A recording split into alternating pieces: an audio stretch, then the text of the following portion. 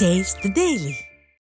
நீலகிரி மாவட்டம் குன்னூரில் சுத்திகரிக்கப்படாத தண்ணீர் வழங்கப்பட்டு வருவதால் பொதுமக்கள் அவதியடைந்தனர். குன்னூர் நகராட்சிக்கு உட்பட்ட 30 வார்டுகளுக்கு ரேலியா அணை, எமரால்டு அணையில் இருந்து குடிநீர் விநியோகம் செய்யப்பட்டு வருகிறது. இந்நிலையில் கடந்த சில தினங்களுக்கு முன் பெய்த கனமழையால் சேரும் சகதியுமாக தண்ணீர் காட்சியளிக்கிறது. இதனை நகராட்சி நிர்வாகம் சுத்திகரிக்கப்படாமல் அப்படியே பொதுமக்களுக்கு விநியோகம் செய்வதால் தண்ணீர் மஞ்சள் நிறத்தில் காட்சியளிக்கிறது. விடியா ஸ்டாலின் அரசு அதிகாரிகள் மெத்தனத்தால் பொதுமக்கள் நோய் பாதிப்புக்கு ஆளாக நேரிடும் அபாயம் ஏற்பட்டுள்ளது. கோவை மாநகராட்சியில் ஒப்பந்த முறையை நீக்கி நிரந்தர பணியில் அமர்த்த வலியுறுத்தி 2வது நாளாக போராட்டத்தில் ஈடுபட்ட தூய்மை பணியாளர்களை கைது செய்து காவல்துறை அராஜகத்தில் ஈடுபட்டது பரபரப்பை ஏற்படுத்தியது.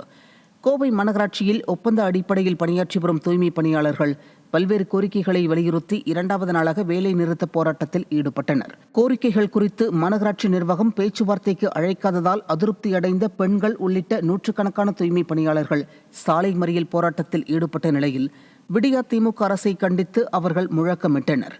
தூய்மை பணியாளர்களை காவல்துறை கைது செய்து அராஜகத்தில் ஈடுபட்டது பொதுமக்களிடம் அதிருப்தியை ஏற்படுத்தியது.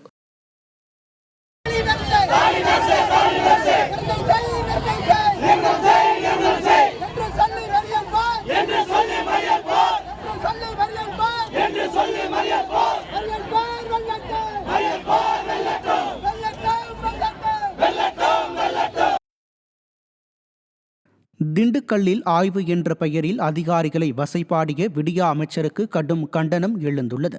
தீய சக்தி திமுக அரசின் பால்வளத்துறை அமைச்சர் மனோ தங்கராஜ் மக்கள் மாவட்ட கூட்டுறவு பால் உற்பத்தி நிலையத்திற்கு ஆய்வு மேற்கொள்வதாக கூறி சுமார் 2 மணி நேர தாமதமாக வந்ததுடன் இல்லாமல் பால் உற்பத்தி செய்யும் இடம் தூய்மையாக இல்லை என்றும் தவறுகள் நடைபெறுவதாக கூறியும் அதிகாரிகளை வசைபாடினார். மேலும் பால், தயிர், மோர் கெட்டு போவதற்கு வியாபாரிகளே காரணம் என்றும் குறை கூறினார். இதை கேள்விப்பட்ட பொதுமக்கள் பால் உற்பத்தியில் நடைபெறும் ஊழலை பற்றி பேசுவாரா என காட்டமாக கேட்கின்றனர். ராமநாதபுரம் மாவட்டம் தனுஷ்கோடி மற்றும் அரிச்சல்முனை கடற்கரையில் பிளாஸ்டிக் சாக்கு மூட்டைகள் ஒதுங்கியதால் மீனவர்கள் அதிர்ச்சியடைந்தனர். கேரள மாநிலம் விழிஞம் துறைமுகத்தில் இருந்து கொச்சி துறைமுகத்திற்கு புறப்பட்ட லைபீரியா நாட்டு சரக்கு கப்பல் கடந்த மே மாதம் 24ஆம் தேதி ஆழ்கடலில் மூழ்கியது.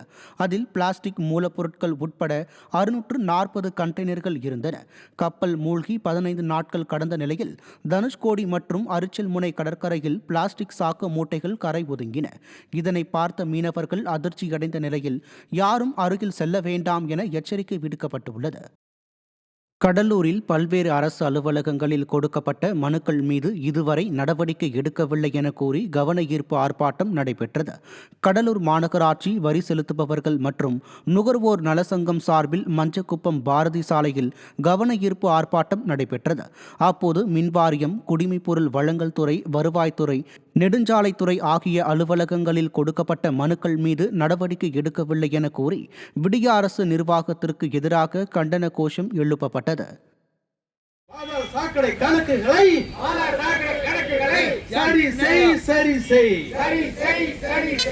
பாதாள சாக்கடை இணைப்புகளை உடனடியாக